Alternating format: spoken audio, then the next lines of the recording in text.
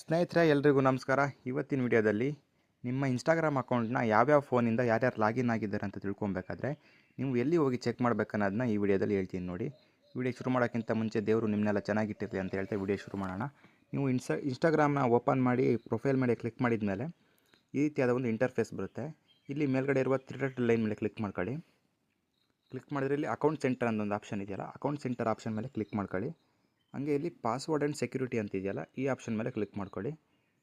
ಹಂಗೆ scroll down ಮಾಡಿದರೆ ಕೆಳಗಡೆ ವೇರ್ ಯು ಆರ್ ಲಾಗ್ಡ್ ಇನ್ ಅಂತ ಇದೆಯಲ್ಲ, ಈ ಆಪ್ಷನ್ ಮೇಲೆ ಕ್ಲಿಕ್ ಮಾಡ್ಕೊಳ್ಳಿ. ಇಲ್ಲಿ ತೋರಿಸುತ್ತೆ ನೀವು ಯಾವ್ಯಾವ ಮೊಬೈಲಿಂದ ಯಾವಾಗ ಲಾಗಿನ್ ಆಗಿದ್ರೆ ನಿಮ್ಮ ಅಕೌಂಟಿಗೆ ಅಂತ ಇಲ್ಲಿ ಡೀಟೇಲ್ಸ್ ಫುಲ್ಲು ತೋರಿಸುತ್ತೆ. ದಯವಿಟ್ಟು ಇದನ್ನು ಹೋಗಿ ಚೆಕ್ ಮಾಡ್ಕೊಳ್ಳಿ.